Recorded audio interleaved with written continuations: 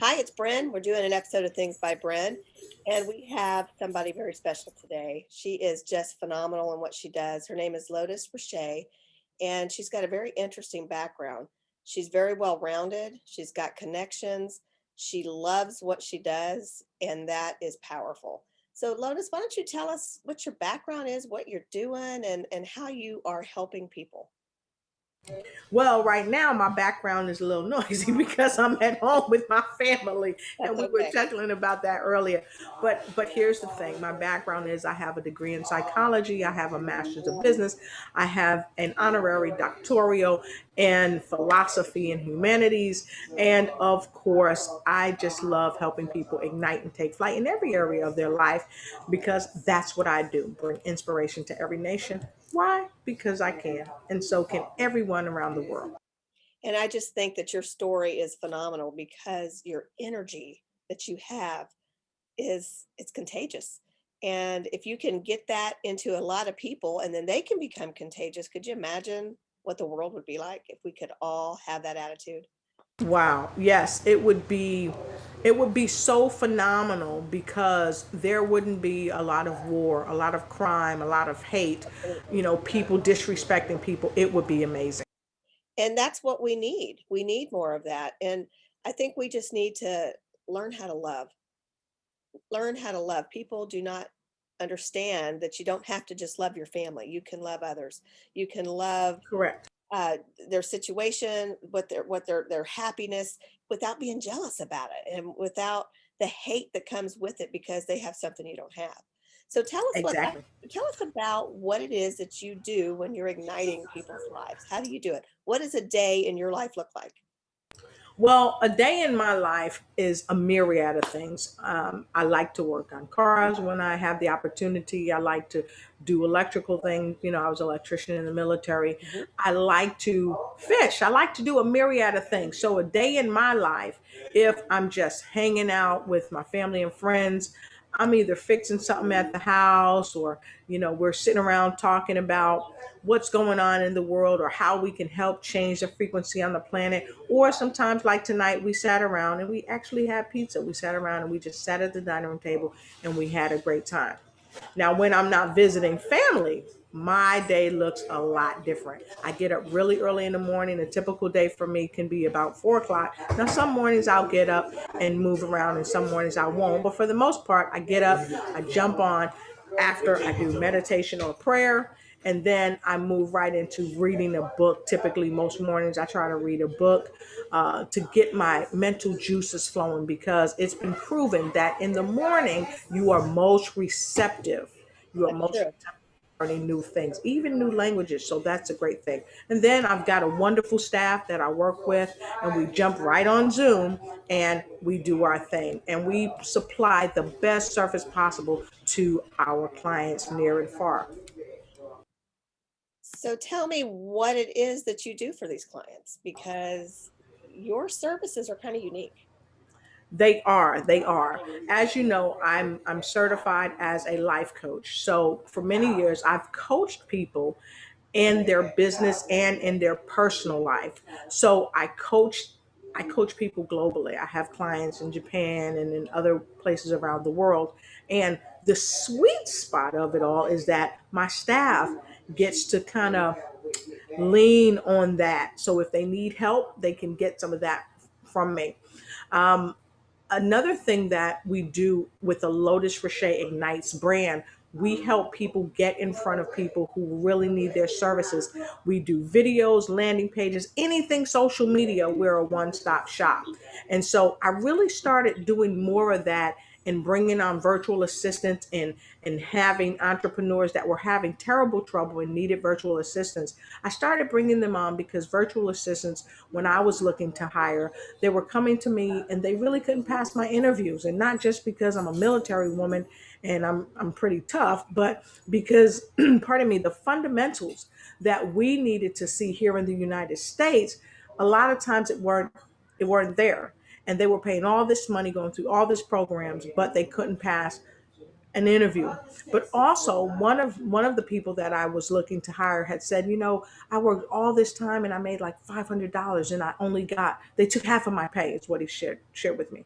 And so that kind of propelled me into wanting to understand what it was for virtual assistants. And hey, I've got something that'll help you help yourself and take care of your family. So that kind of pulled me into that. So yes, my company is multifaceted, but my main vein of genius is connecting with people, helping them connect with people globally. I am a global civility ambassador with I Change Nations. I'm a global civility ambassador with the Foundations Lab in Burundi, Africa, and Rogi, Women Reach Out with God Initiative in Nigeria, Africa. And it's just, I'm a part of so many things that's working well for the world, and I'm just happy to be a part of it. which is wonderful. Can you explain to us what I Change Nations is?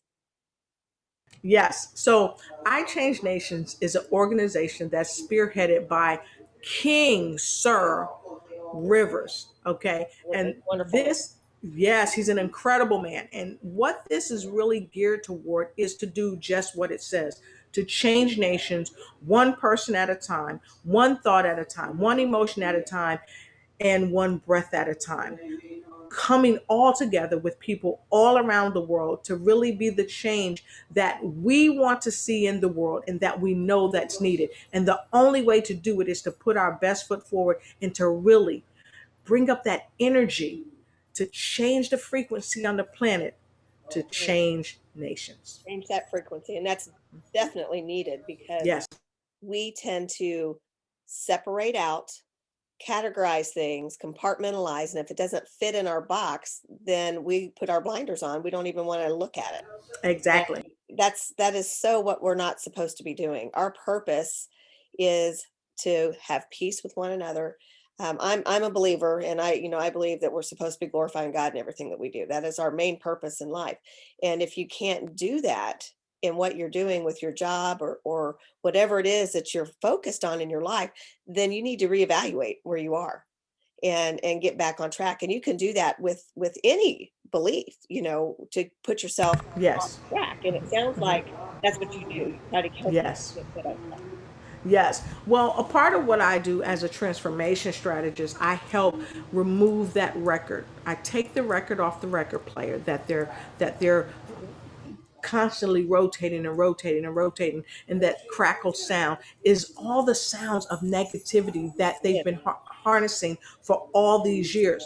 And And I they help believe it. them to change the record, take that out of their mind, throw it away, create their own record, which is a totally different dynamic than what we've groomed to be.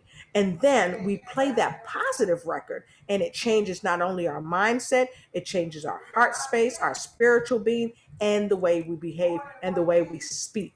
And that is really Yes. critical. Because you got to change from the inside out.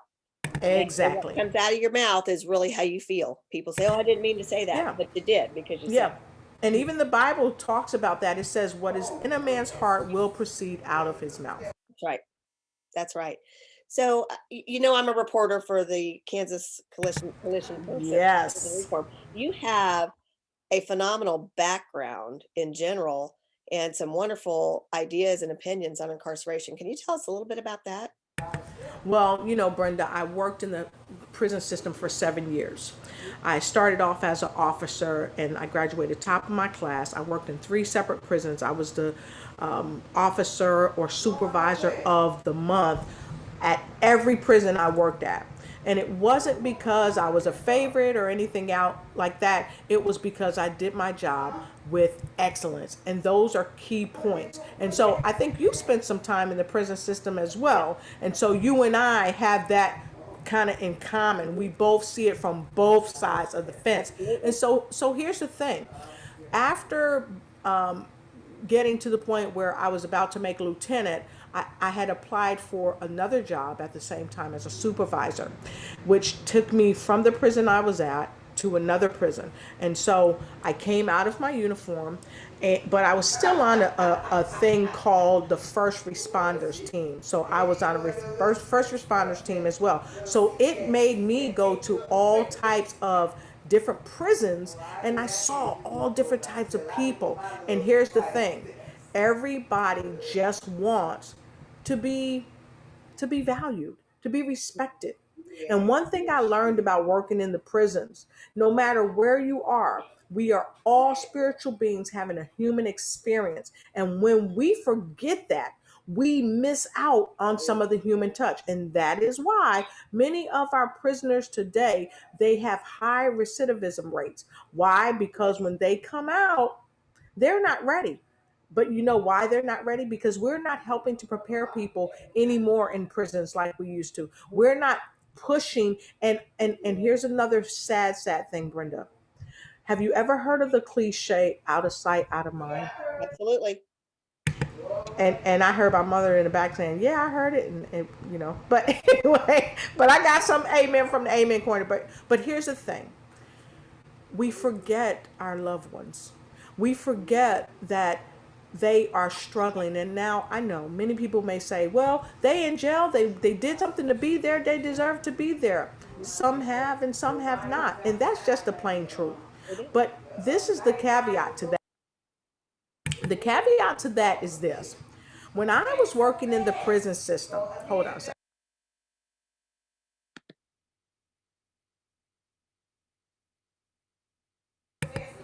Okay, they're still talking, but I'm gonna go ahead. I hope it's not too loud in your ear. No, But it's anyway, fine. okay, great. So anyway, here's what happened. I'm working at the prison. One of the gentlemen that worked down in prison industries with me and for me, this gentleman said, Miss Lotus, no, he said, hey, Miss Riche, I want to share something with you. He said, do you know that we eat food that's not fit for human consumption? And now the average person, I would imagine, may say, no, he's lying. They're cons. They're cons. They're not going to tell you the truth. But I believed him because I'd seen worse.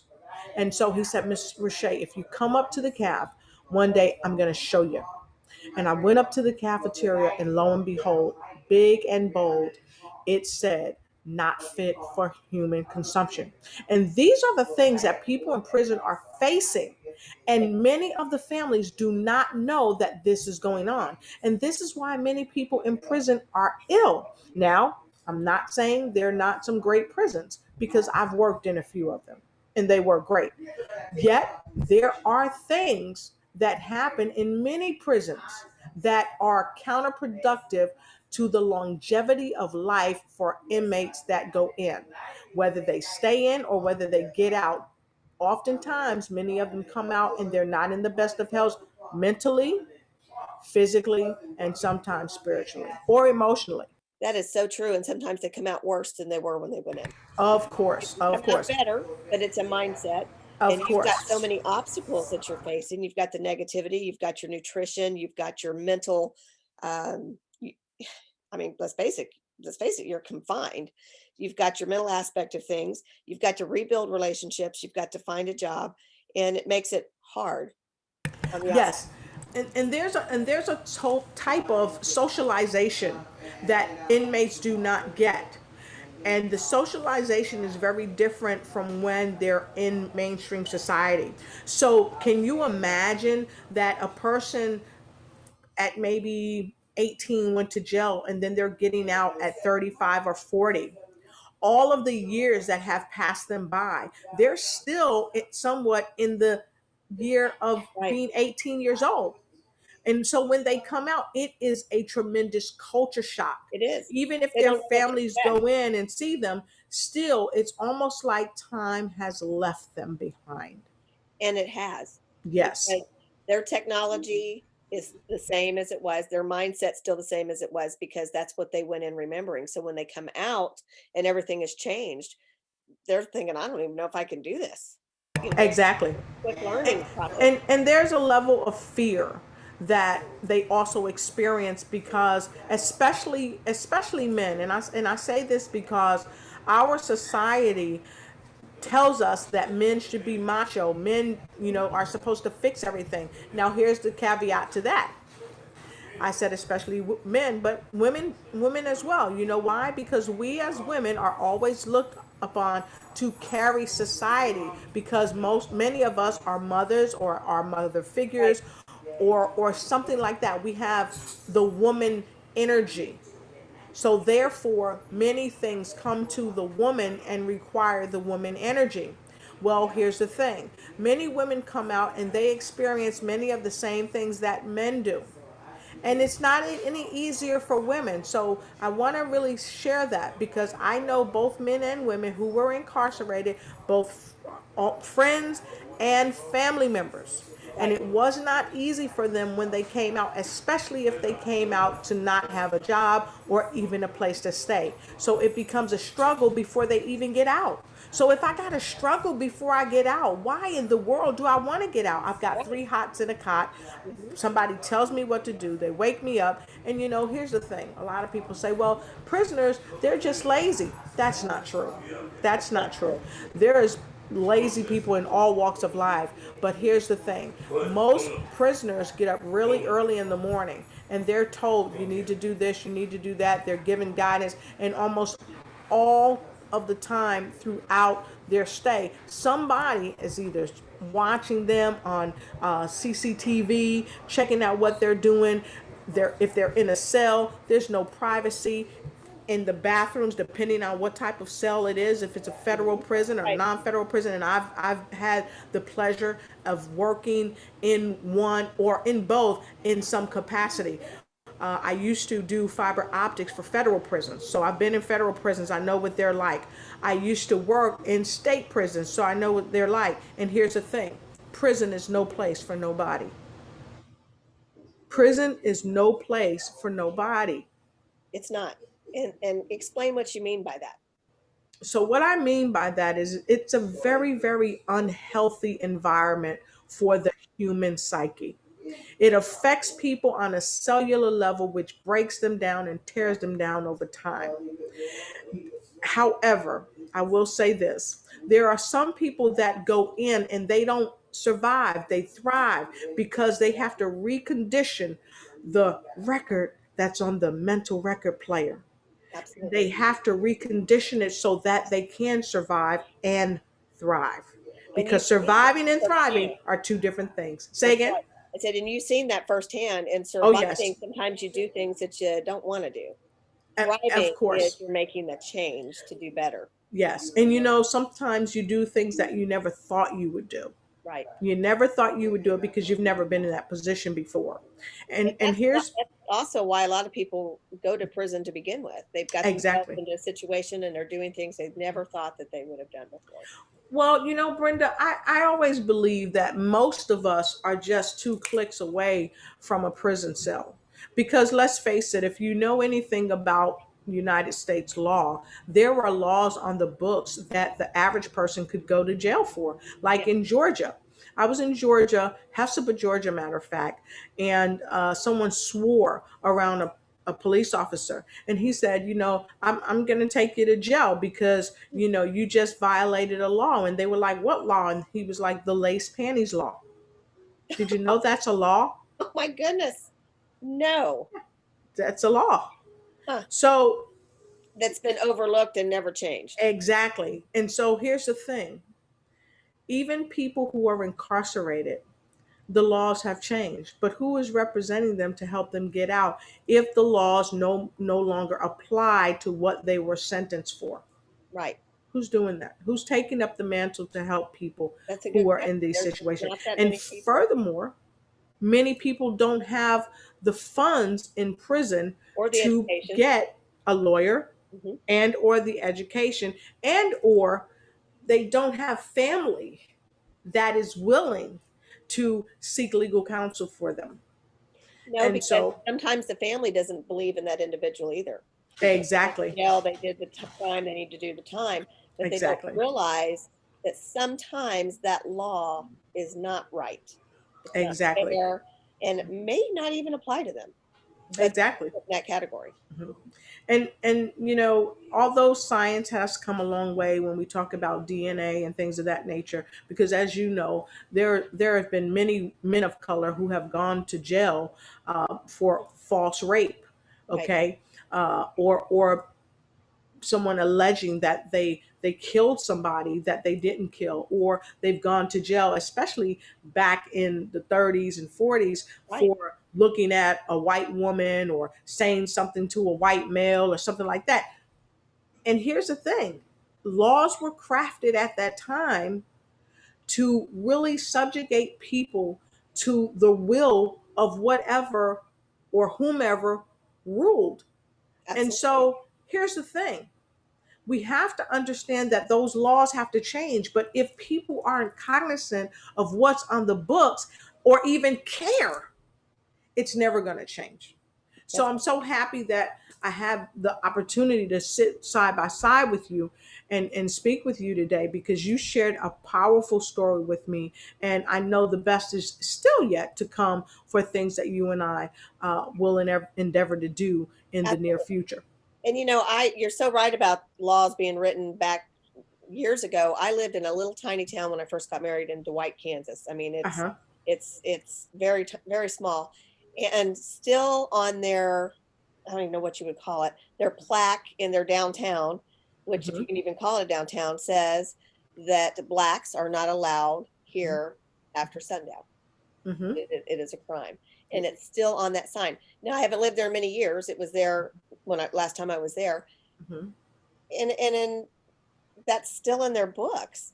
Are they Yep. practicing it? No, but Hmm. they need to change it. And Right. there's so many things like that Mhm. that are, and it's not just on color, it's on Right. lots of things Right. that And need. and here's the thing. Here's the question that I have for you and Mhm. anyone that's listening. What have you personally done about it? What has anyone in that town done about it to get it rectified? Because we can Absolutely. talk about it all day long, but I believe, don't talk about it, be about it. That's right. Absolutely. Don't make excuses, make action Yep. and take action.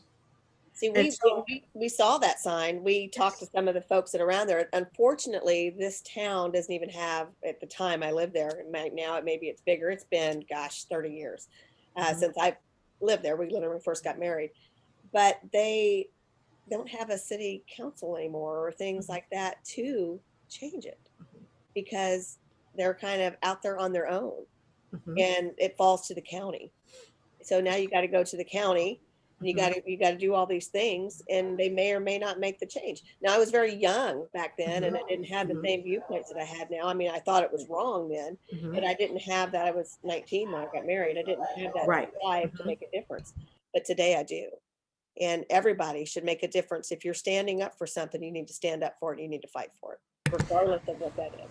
Yes, and stand up wholeheartedly. And here's the thing, it's got to be one thing at a time. I know, like, a lot of people say, well, we've got this problem over here and we've got that problem over here. We can't do it all at the same time. You Well, can't if do you it feel both like at you once. can't, then tackle one One thing at a time. strategically at a time Right. and get it done. And here's the thing, we know that we cannot do it individually. It takes a collection of like minded people with power, time, and tenacity and vigor to pursue the change. Because let's face it, a lot of these things didn't happen overnight and hasn't stayed the way they are overnight, nor will they Sure. simply just change overnight.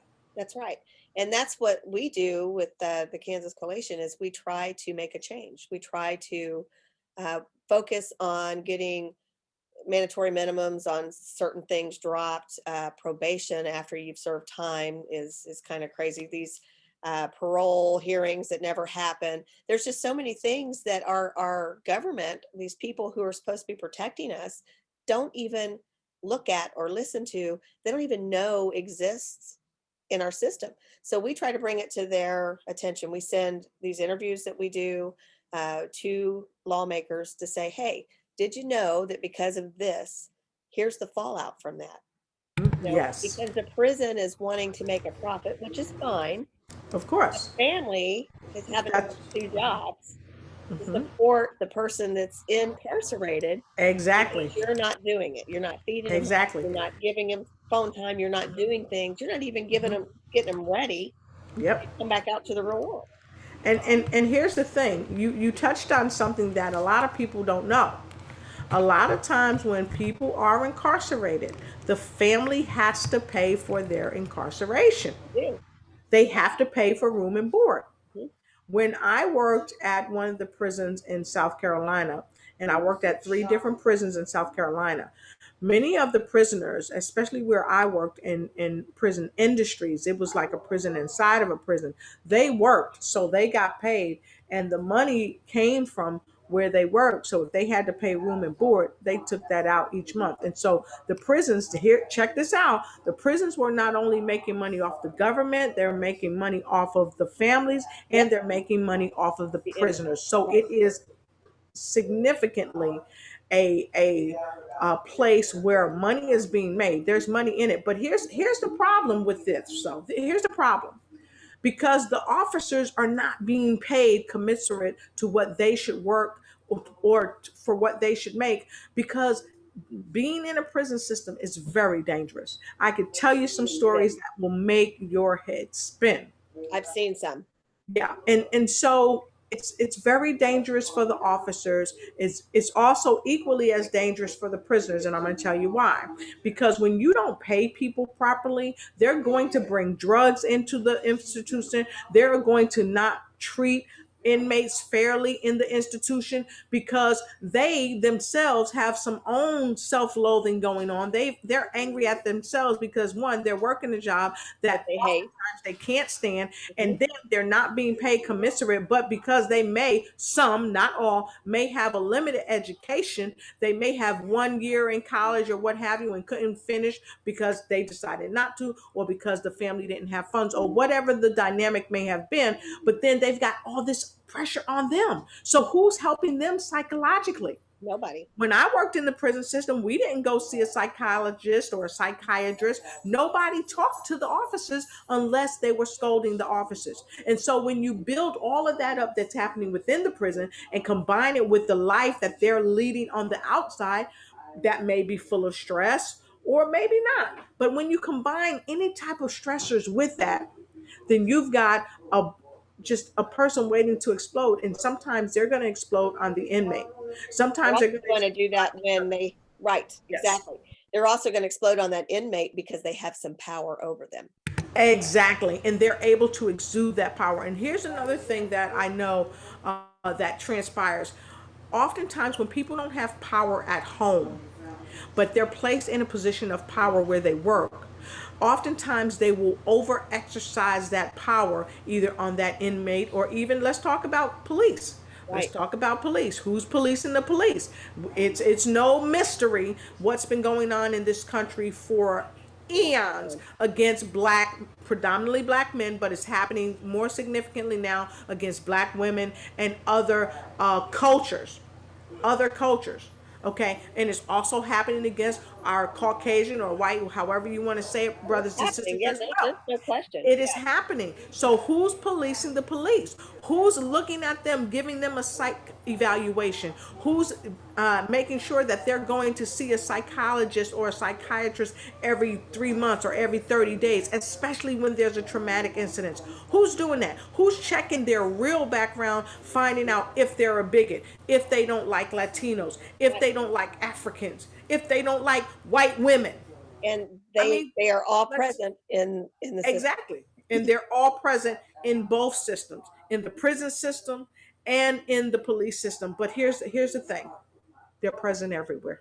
Absolutely, they are. So It's why a aren't we natural doing better as a world, not just as a society, because this is mindset. a global Yes, epidemic. it is. So why aren't we trying to change the narrative so that we see each other as human or spiritual beings having this human experience? And Absolutely. unfortunately, many times more than not, that we are not looking at each other as spiritual beings having a human experience. You know why? Because that would level the playing field. That would bring into question, why do you not like this person because he's an American Indian? Right. Why do you Because not he's an like this inmate. person Yes, because they're from China? However, they are an American citizen. right. When you are conditioned to have a superiority complex, it makes you feel like you are superior to someone else and that they are beneath you. And so Absolutely. it gives you carte blanche to mistreat, to talk to them any kind of way, and to really believe and feel and embody Right. that they are less than you. And And it, when we subscribe to that type of thinking, that's why inmates are mistreated. That's why workers are mistreated. That's why women are beat and killed by men every what it was a number someone gave me it's the a other high day, every statistic. 30 seconds or Yes. something like that. Mhm. Yeah, high suicide rates. Women are being beaten, killed by their partners because of how we look at each other or not. Right.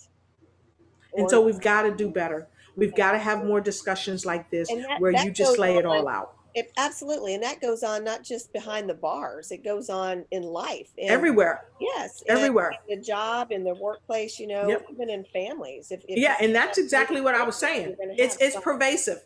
It's Hmm. pervasive. It's not just happening uh, in the prisons, and this is why I say this is a global epidemic It is. because it's happening in other countries. I've lived in Japan for about 3 years, and I would see it there.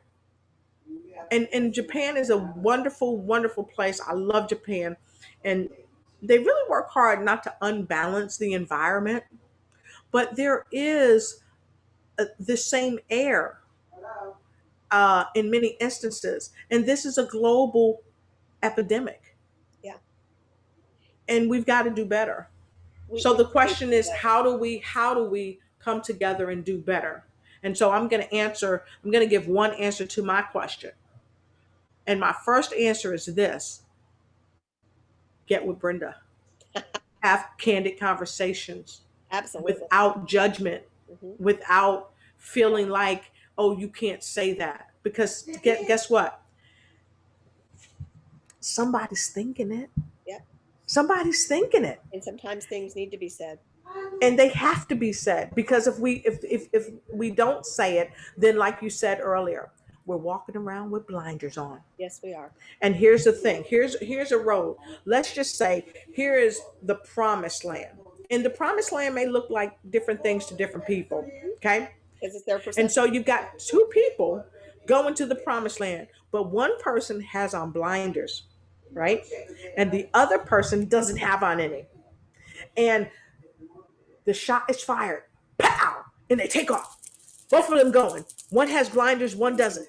And they're going and they're going and they're going and they're going and they're going. And there's a road that veers off that says shortcut to the promised land, 2 steps. And they're going and they're going and they're going and they're going. The person with the blinders on never sees the shortcut to the promised land. They're just But going the one without the forward. blinders, they see it and they get there. They get there because the area of opportunity was there because they could see, fully aware with the naked eye. Absolutely. Absolutely. There's more this whole issue of categorizing people in their race, categorizing people of their jobs, what kind of car they drive, what their house looks like, what kind of church do they go to, if they've been incarcerated or not, that they're going to be, bad people, just don't hang around them because they've been to prison. That is wrong on so many different levels. And I have an immune deficiency. I Yes. had cancer in 2011, and I had radiation, I had chemo. I had a tumor right here in my neck that I had to have that surgically removed. And um, because of that, I have to take infusions every 4 weeks. And it is other people's plasma that I get. It is part of other people. And nowhere on these bags of plasma that they spin out and I just get the IgG portion of it does it say this Exactly. came from an African American, this came from American Indian, this came from somebody from Japan. It doesn't say that Exactly. because we are people. We are Exactly. one race. Exactly. And this is the thing. I hear people say this all the time. We bleed the same. And we know this is true. And we know that the blood, the life source within our body, the blood that sustains us, If I can give you blood and you can live because of the That's blood right. that I've given you, that All should the ring a standards bell in your matter. mind. That That's should right. tell you that there is some level of equality there on a cellular level. Absolutely. And nothing is more finite than the cellular level. Yep. Just like there's other countries that don't value women. Of course. It's the same principle straight across, you know, Yes. and never once did I ever think, "I can't take that because it must have come from somebody else that's not like me." And without that, I would die. I would be ill, and my quality of life would be horrible, and there's so many people out there that probably would not take that medicine or that blood transfusion just because of that reason. And you know what's so funny? I saw this show. It was called Sanford and Son years ago. Mhm. It's a Caucasian dude. I tell you, he gets in an accident or something, and he's gonna die or whatever. It's been a while. I'm not gonna tell you how long. Might date It's myself. been on for a while. Yeah, it's been around, right? And the guy says, oh great, I'm wonderful. I'm feeling great until he sees Sanford, Mhm. and he says he gave you blood. But here's the thing: before that happened, Mr. Sanford and the guy had a run-in, Oh, and the guy was a bigot, and he talked terribly about people of color. But lo and behold, Mr. Sanford's blood type was the blood type that no. saved his life. Yes. And Cellular that's level. what it's about right there, life. It is about life. It's about how you live life, how you Hmm. view your life, how you view others, and whatever that purpose is in your life and your values, you need to stick with that. And every day try to be a better person. I tell people, I interviewed a guy who was a drug addict, been an addict for 30 years, and he said, I wouldn't say that I'm better than anybody else, but I am better than one person. And I just kinda looked at him and he said, "The person that I used to be." Yes, the That person he is a used to be. Yep. profound statement that we always should try to be better than we used to be. Yep. And here's the thing. I'm not better than you. I'm just doing better Right, because I make a choice. absolutely. And we all have to make a choice to just do better. And really live it. It has to be a sustainable Yes, choice. and It if you can't be a feel fly by night thing. right, and if you feel you have hate towards something, Mhm. then put it aside and go get educated on the subject and really find out about it before you say or do something that you can't take back. And, that's really it right there. If you don't have the facts behind it, keep your mouth shut. Keep your mouth shut, Yep. because if you really go and research things, you're gonna be shocked at what you might find. Exactly. Mhm. Exactly. And it's such a travesty that that in this country, I'll say in this country because I was born in this country, although I've lived in another country and I've traveled to other countries. But it's a travesty that we have more racism within our own country, Yes. and We're we supposed to be the continue to melting pot of perpetuate. races. Yes. Exactly. Mhm. And we continue to perpetuate it day in and day out. Yet we want to glorify ourselves here in the United States and say we are a superpower and we're this all loving and all knowing place.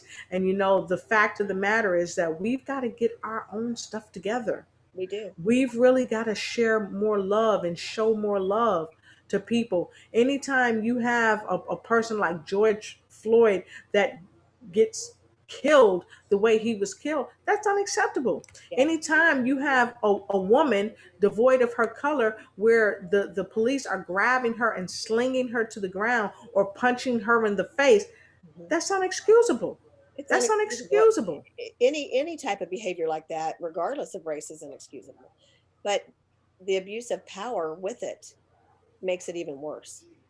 It makes it Exactly. even worse because now the person that they did that to was probably targeted from the beginning. Of course. Of Mhm. course. And this is very Like Eddie. unfortunate because the Bureau of Labor Statistics show that 54% of employed Asians worked in management. Okay, worked in management, and again, all the while They were professionals and related occupations. They had the highest paying major occupational category, compared with 41% of employees who were white, 31% who were black employees, and 22% who were Hispanics. And that's because we are stuck in the mindset of superiority. Because let's face it, a lot of times you'll hear someone say, "Oh, they're Asian, they're super smart." You don't know that. No, Oh, they're just a person Caucasian, they're like you super and me. smart. You don't know that. Oh, he's African, he's super smart. You don't know that. Yeah. And we've got to stop with all these stereotypes. We have to judge the person Got for what to that person is. Right. by their individual Right. fiber. And here's the thing, Brenda. I'm happy you said that, because this even goes on in doctors' offices. It does. Like when you said you are a cancer survivor, and I like to say thriver, and my mother is as well. And so here's what I found when I went to doctor's visits with my mother. The doctor said, "Well, we usually give patients with this type of cancer this and this, and it should work for you." And I had to tell him, she's an individual. You need to look at her on an individual basis and diagnose her on an individual basis and treat her on an individual basis, because what worked for one other person may not work for her. Why? Because she's an individual. Right. And that is why we have so many problems, because people just want to group us all They in do. one group And and say, "Oh, they're all this." I had to tell somebody the other day, they were saying, the Puerto Rican person did this. I said, "You don't know that. How do you you don't know know. that?" "Well, they always do it." But that may be someone else. That may not even be Right. them. And that's very, very uh, prominent in prisons. You Of are course. categorized, you are put in sections. Even if you want to go look somebody up, you have to put what their Yes. race is. Yeah. Yes. And Very much segregated in the prison populations. But Brenda, it's a spillover. That's all it is. you are Because in right. society taught people about separatism. Mhm. It taught people that I cannot like Brenda and appreciate Brenda for her culture and for this fabulous food that she's making, because I'm going to her house to eat when I come to Kansas. You better I come on. cannot like that because Brenda is from a different region. How about that? Because Right. we break things down by region too. We do. I'm a northerner, and people down south called me a Yankee. And That's when I right. first heard it, I didn't know whether to think it was a compliment or not, because I was about a teenager then. And it's broken down demographically. It is. We're bigoting, Yep. if that's not a word, I just made it up. I'm from the Midwest, so my mom Hello. is from the South. My dad is from Yep. the East Coast. Yep. So we all How have, did that work out? well, they're still married. They've been married 53 years. Awesome. It's awesome. Yeah. So, And wow. my dad was he went in enlisted. He went to Mhm. Vietnam. He wasn't he ended up as a retired lieutenant colonel, Mhm. but he and I'm an only child, but Uh-huh. they never ever pointed me in the wrong direction. He Yeah. told me, "We're getting ready to go to a fort that's predominantly enlisted. Hmm. If you treat those kids and those families just like you would anybody else, because they work Exactly. as hard as I do, they just couldn't Exactly. afford to get the education to become an officer." And And that's great. yeah, my dad had instilled that in me from the beginning. Mhm. I've often been asked, "Well, what if your daughter marries a black man?" And I said, "You know what? Mhm. If they love each other, I would much rather a Who black man cares? marry my daughter that treats her well than a white man that beats her." Yep. And You know, so here's the thing. My dad and my mom are very much like that. My mom and dad were married about 34, 35 years before he passed. And my dad was always like that. My mom was always like that. They really felt that you just treat people well. You treat them the right? way you want to be treated. Absolutely. If they Because give at you the a end of the reason to day, mistreat them, just move on. exactly. Hmm. Exactly. Exactly. Yeah, Exactly. it's So a shame. yeah, it is a shame. And the thing is that we have to ring the bell. We can't stand in silence anymore. We have to work together collectively as people who are willing, ready, and able to make change, and do it in Absolutely. such a fashion where we are giving change to the world that is going to be sustainable, so that when you, myself, and others very much like us that are looking for equality, not just, when we talk about race, but when we talk about just being a spiritual being, having a Right. human experience, Right. devoid of color, devoid of religion, because there's another topic for another time. Right. Even religion segregates us. In religion, I'm Pentecostal, so I'm better than you because you're Baptist or Right. you're Catholic. You're So Catholic, so it's you on don't every have the same level. beliefs. Right. Exactly. It's on every level. And I went to Catholic school. I was an altar girl. I was brought up in a Pentecostal church, but then my father was a Muslim minister. So try that on for size. That So, probably caused a little bit of conflict in the house. actually it didn't. And, That's and I wonderful. never understood how my mother and my father was able to work that out. But my mother would say that, before they would go to sleep, they would pray together. And I don't know how they worked it out, but they were married for over 30 some odd years before my dad died, so somehow they worked it out. But here's the thing. As love conquers. Yes, Mhm. and I believe that there is one supreme God. Do I believe that there are other gods? Yes, I do. And I use the Bible for the example, because in the Bible, God says, I am the Lord thy God, thou shalt have no other gods before me. Now we know that paganism is idol worshiping, and people say, That well, the idol is a god pagans, to them. yeah, right, it's a god to them. Well, we have to remember, when we talk about um, other deities, if you will, Janus, the two-headed deity, he's the keeper of gates. He is considered a god.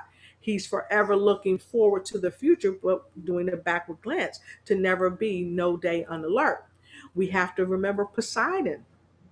So what I'm saying is, we have to really, really hone in on our own relationship with the Most High, as we see the Most High, and treat everybody with the same reverence that we treat the Most High, whether we call the Most High Buddha, Yahweh, Elohim, whatever we call the Most High.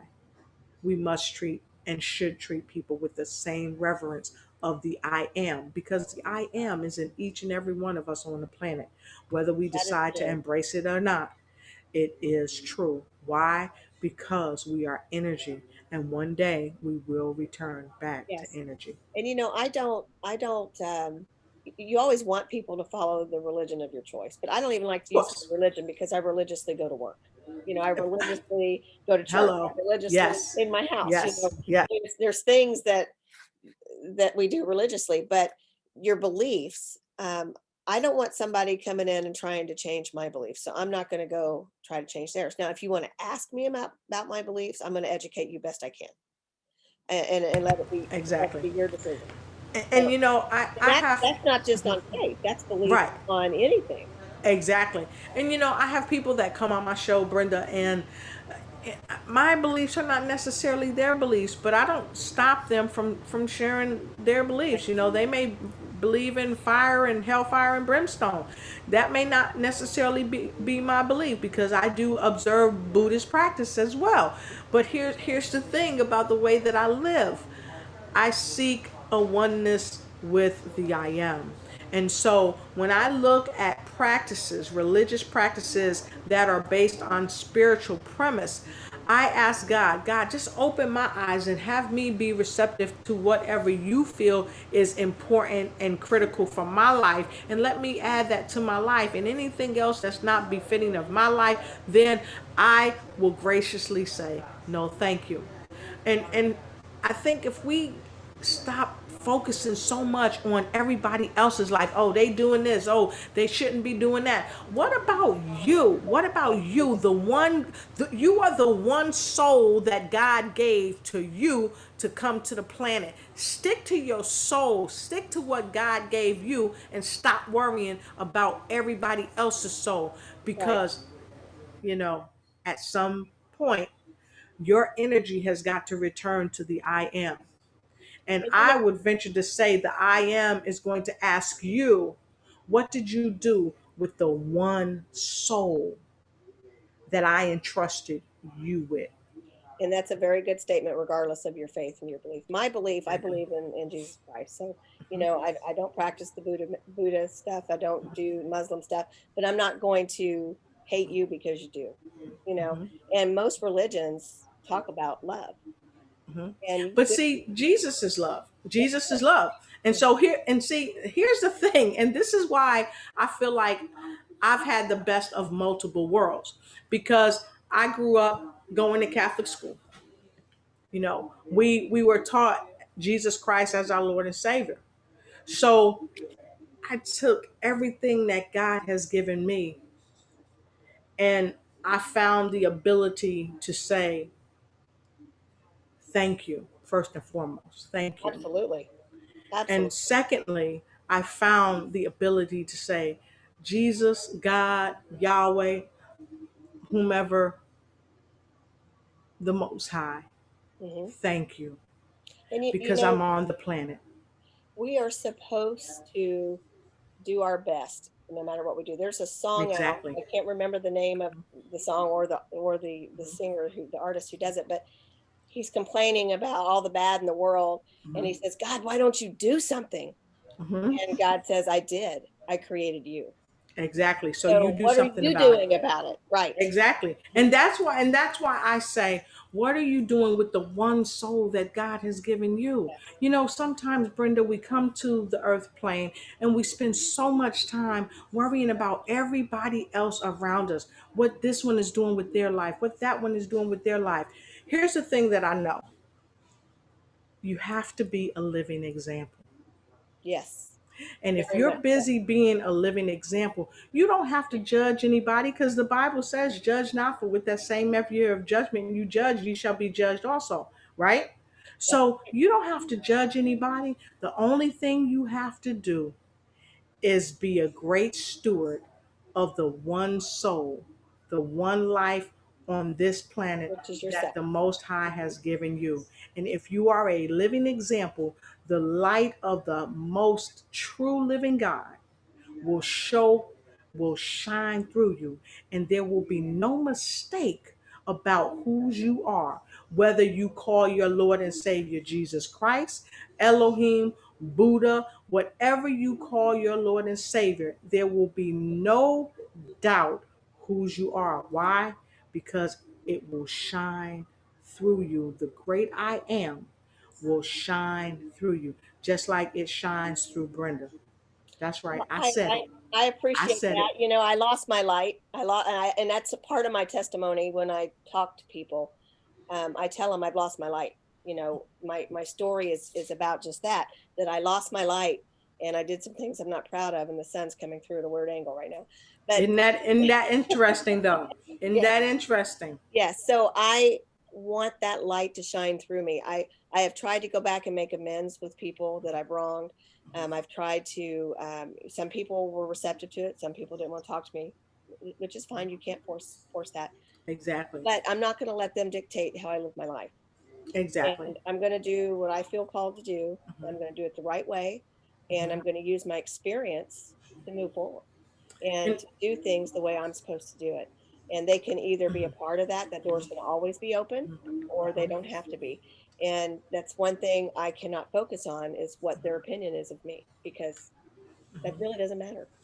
And I congratulate you for that. And that's a very mature way to look at it. And I say mature because it shows that you have grown Mhm. out of self-serving behaviors into self and full serving. Right. And I've always Meaning, had a touch of that, wanted to be that, but like I said, I lost my light. yeah. And I think people need to really focus on what they want to do in life, what changes they need to do to get them there, and then make it happen. And Brenda, if I may, this is why I tell people on the Lotus Riche Ignite show, I love to provide the message, and I had to learn that, and I shared that with you when we talked in private. I always said I want to help people ignite and take flight, but here's the thing that I realized, and God gave this to me. It's not my job to convince anyone. It's not. My job is just to put the message out there, Yep. because whatever ear is ordained to hear the message that the Most High has given me that will help transmogrify their life, then that is the message I need to speak, and I don't need to taint it with my own will over them, Right. because I have this one soul that I'm supposed to have great stewardship over. And so here's what I believe. I don't really think that our lights totally go out or that we totally lose it. I think sometimes we dim our light because of the pressures of society, or Very because of true. bad choices, Mhm. or because of bad thoughts. And so our light is dim, but the light forever is there. And I believe this because we are energy. We come from energy. So the only way that we totally lose our light on this planet is when the energy source is extinguished.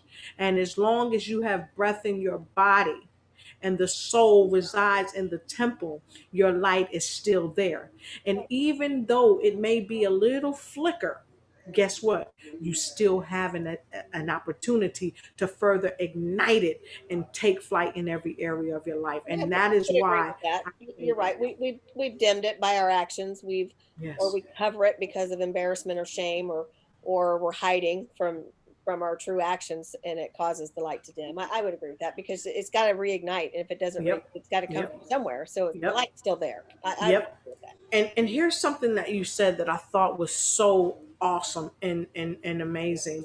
And I really, hats off to you. I congratulate you, because I heard you say, I went back and I apologized, and I tried to make amends. And here's the thing.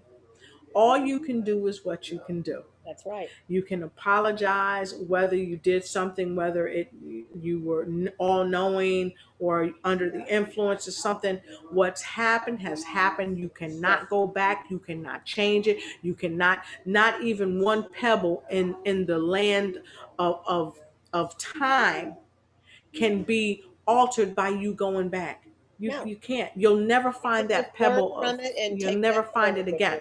Right. But what you can do is apologize first to yourself. Mhm. I digress. Apologize first to the most high energy that resides in you. Right. Then apologize to the you that you are in the now, because the you that you were before is no longer who There. you are in the Right. now. That person that you were before has, almost like the peeling that a snake or onion sheds, it has been peeled off. But Mhm. you in the now are a new creature. You know that our skin regrows or regenerates. Okay, you know that. You know our hair pushes old dead hair out. Right. Our skin pushes old dead skin off, and it's just the same in life. So when you push off that peeling of who you used to be, lo and behold, the new Brenda has showed up, and she is a force to be reckoned with, especially because she went back and she said, look, I'm sorry for everything I've done. Would you forgive me? And that's really all that you can do, because It is. Ayala Van Sant says something to me that just stuck with me on a tape. She said this: we don't forgive people for them, we forgive people for ourselves, Right. And because it frees us. It the other frees thing us. is the apology isn't just what you do. It's the Of change course. in action. So I'm hoping that the people who weren't receptive to it have or will see the change in me and want to come back. That is my hope. And And here's if the not, thing: then they don't if need to they be don't, right. it's because of that race I described to you earlier. Hmm. Because one of those people don't have blinders on, and one does. That's right. And those blinders are blinders from the past that will forever keep them blind And to the their life is abundance of the probably future. miserable. It's absolutely, and they're missing out. They are missing Because out. people get locked in unforgiveness. And if you go to any doctor that really understands how we work on a cellular level, one of the first things, especially holistic doctors, will tell you, Forgive those who you have not forgiven, even if it's yourself, because a lack of forgiveness really just tears you up on a cellular level. It does. It does. And you also have to forgive yourself Of because course. I got into, I can't believe some of the things I've done. I can't believe that I ruined my life. I can't Mhm. believe that I let my family down. And, a lot of people who are incarcerated go through those, Of course. those Of emotions and they course. don't think they're good enough anymore. Of And then course. and then you have those officers and the staff that are beating down on them, and then you come out to society and you've got that stereotyping, you've got your probation Yep. officers, you've got all this stuff. Can't get a job. Right. And but it's that way not just for people who are incarcerated, that is life. Yep. It's life, But and it but needs you to change. know, you're 100% right, and I have a heart for people who have been incarcerated. I have family members who have been incarcerated. When I had a salon in Augusta, Georgia, I would hire people who were incarcerated who had gone and got their cosmetology licenses or whatever, or those who were going to go for their cosmetology license. I would have the folks in my shop train them, because here's the thing: people don't want to rent to people who've been Nope. incarcerated. They don't want to hire them. And a lot of people have paid their dues, so why not? And then Exactly. again, that's where we stand in judgment. And we all do In it. judgment. We all do it. And even Yes. being somebody like myself who was incarcerated, I Hmm. still Hmm. I had to stop myself because I've been with people that say they're going to go back. I'm judging them before they even prove to me that they're not going to go back, Exactly. or that they are going to go back. So even as somebody that's lived Hmm. through that, Hmm. I had Hmm. to stop myself Yeah. from thinking that. But societally, you've been conditioned.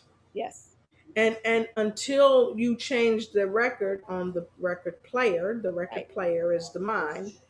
Until you change that, You're going you're to stay going to stuck. continue to have that. And this is why I like the deity Janus, because Janus is forever looking forward but always doing the backward glance to never be no day Never change unalert, again. Right. so that you don't forget. Hmm. In short, you don't forget where you've come from. And you don't make the same mistake of judging someone, because you've already been there and you know Right. what it's like and you know the pains that it Those cost you. mistakes have made us stronger, made us better. Exactly. And Yes. so your vision looking forward becomes a clear 2020, where your vision was tainted before. Now you should be walking with eyes wide open, then rather than eyes wide shut, Right. if that makes Exactly. sense to you.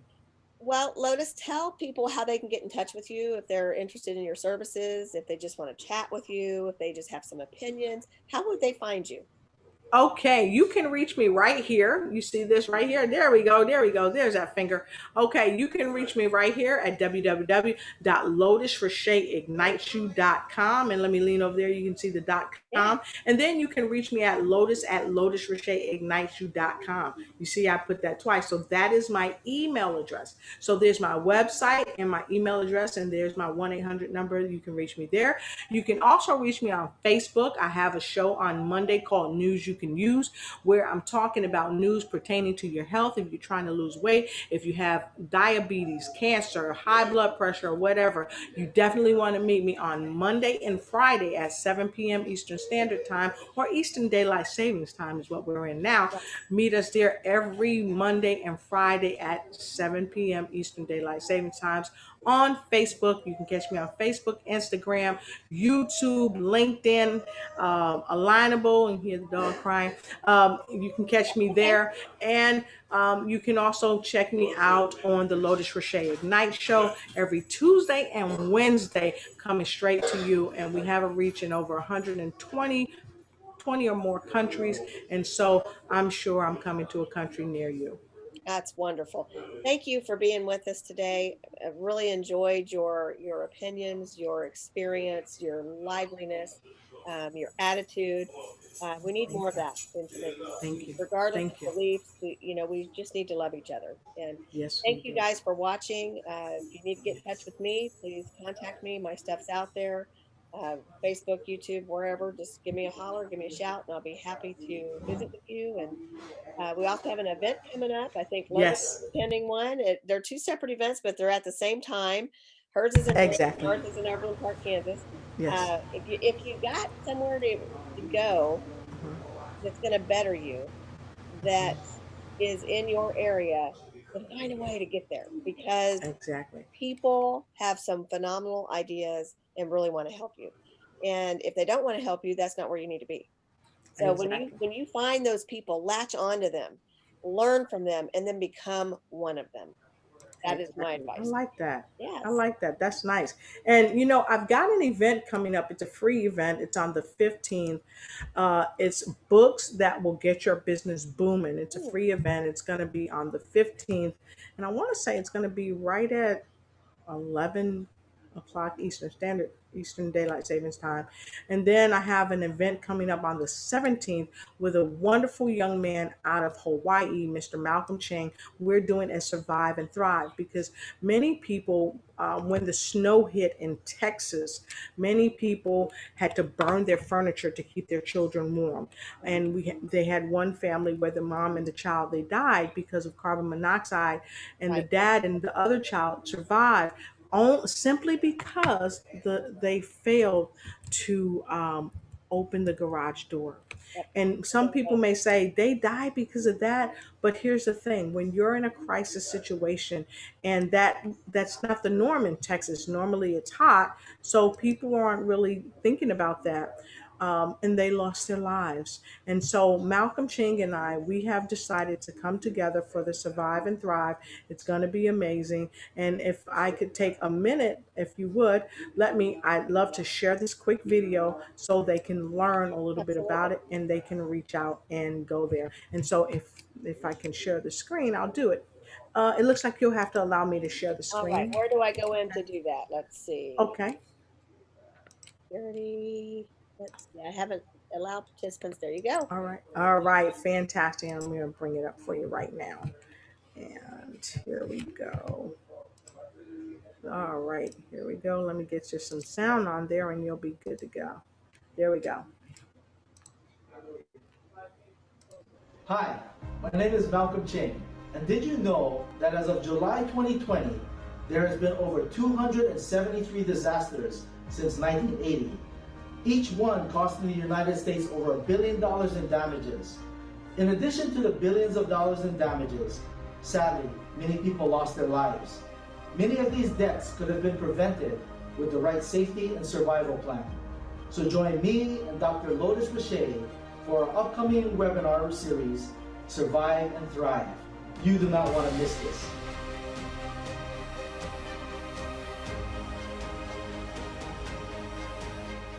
All right. And so we've got that coming up on the 17th. It's a 4-part series. It's going to be incredible. Did you know that you can take a can of Crisco and heat your house for 72 hours? Yes. The average person doesn't know that. I only know it because my degree is in biology and I've had a lot of chemistry in there. So it's the only Yes. reason why I know it. I probably would So, not have known that individually. so you know who else you can call if your lights go out. If you can't reach me, definitely call Brenda because she can help you out. So Brenda, I just want to thank you so much for sharing your time space and your heart space with me. You are a phenomenal, incredible lady, and I'm so happy to be connected with you. Me And too. We're thank gonna you have to for get to know having me each on other your better. broadcast. Yes, Absolutely. ma'am. Absolutely. Okay, fantastic. Thank Thank you you so for much. coming. You're welcome.